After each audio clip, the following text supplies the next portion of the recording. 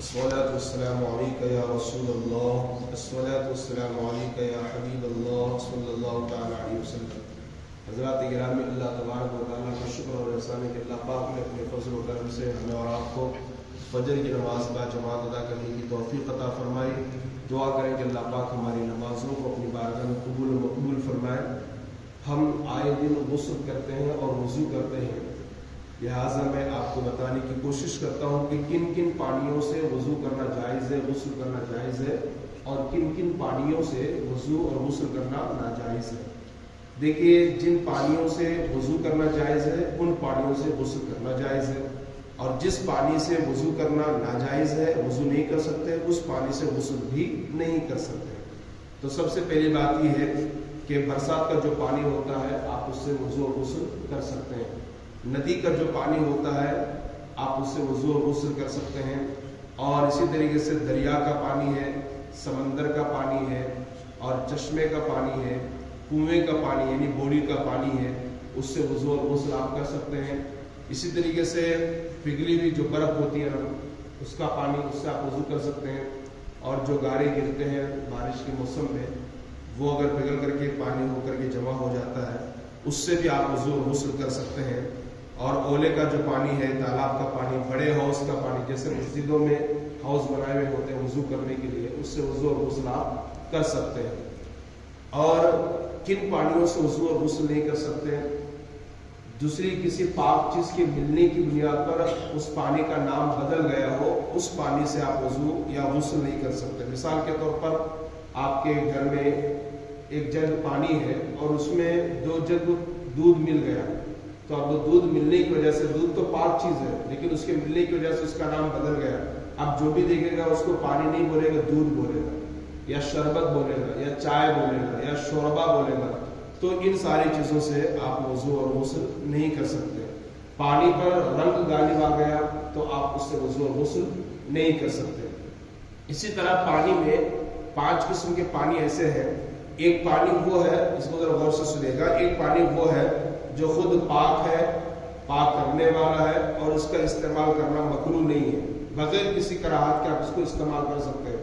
جیسے ہمارے مسجد کے اوپر جو ٹینکی ہے پانی کی، وہ پانی پاک بھی ہے، پاک کرنے والا بھی ہے، اور بغیر کسی کراہت کے، بغیر کسی مکروہ کے آپ اس کو استعمال کر سکتے ہیں۔ اس کو مائع مطلق بولتے ہیں فقہ کی زبان میں۔ کیا بولتے ہیں؟ مائع مطلق۔ یہ خود پاک بھی ہے، پاک کرنے والا بھی ہے، اور بغیر کسی کراہت کے آپ اس کو پاک کر سکتے ہیں۔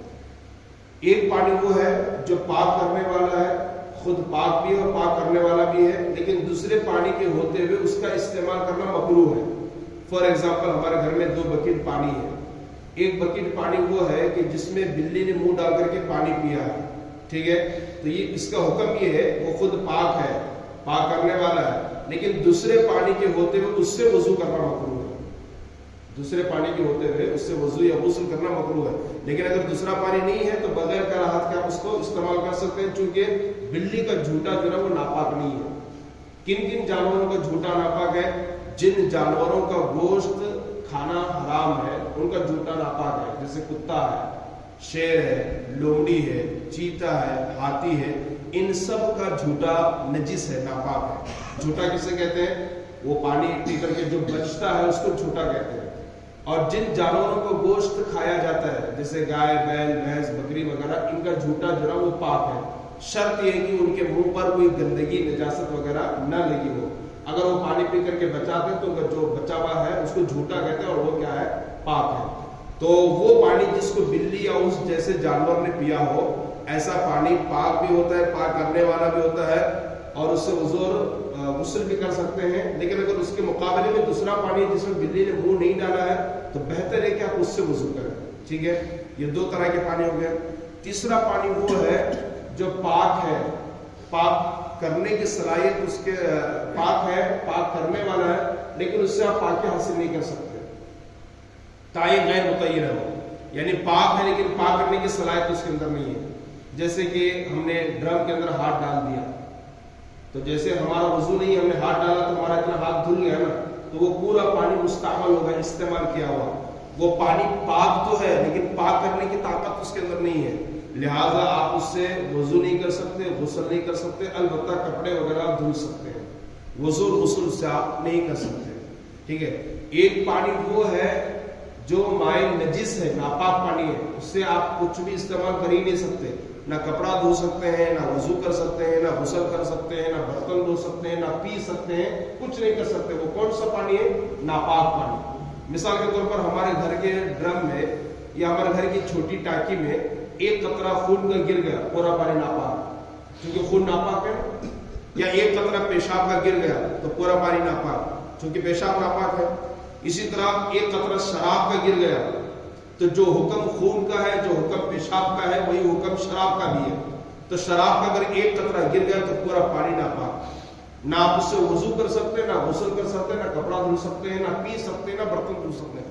پورے پانی کا حکم ہے کہ اس کو پھینک دیا جائے، ٹھیک ہے۔ اسی طریقے سے کچھ گندگی گر گئی، ناپاک چیز اس کے اندر گر گئی تو پورا پانی ناپاک، اس سے کچھ نہیں کر سکتے۔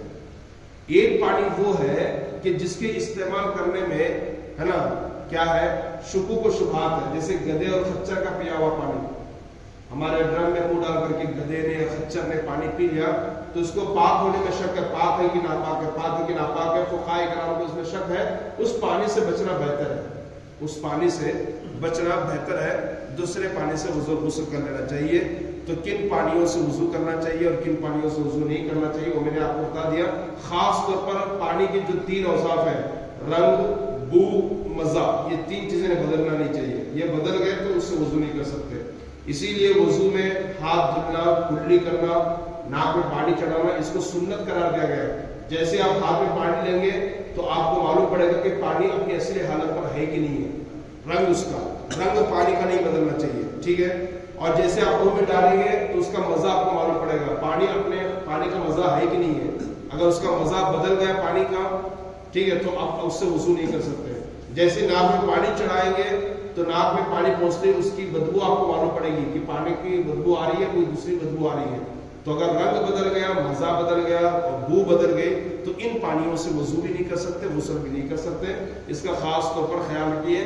یہ مسئلہ بھی میں نے پہلے بتایا تھا کہ گھر کے ڈرم میں، بکیٹ میں، گھڑے میں ہاتھ ڈالنے سے پہلے اپنے ہاتھ کو دھو لیں، کہ اگر دھلے بغیر ہمارا ہاتھ اس میں پڑ گیا تو پورا پانی مستعمل ہو جاتا ہے، اس کا استعمال ہم نہیں کر سکتے، نہ وضو کے لیے نہ غسل کے لیے۔ اس کا خاص طور پر احتیاط کریں۔ آج تو الحمدللہ ہر گھر میں ٹوٹیاں لگی ہوئی، نل لگے ہوئے، لوگ نلوں سے پانی کا استعمال کرتے ہیں، لیکن کچھ گھروں میں ڈرم بھی ہوتے ہیں، اس میں ہاتھ ڈالنے سے پہلے اپنے ہاتھوں کو دھو لیا کریں۔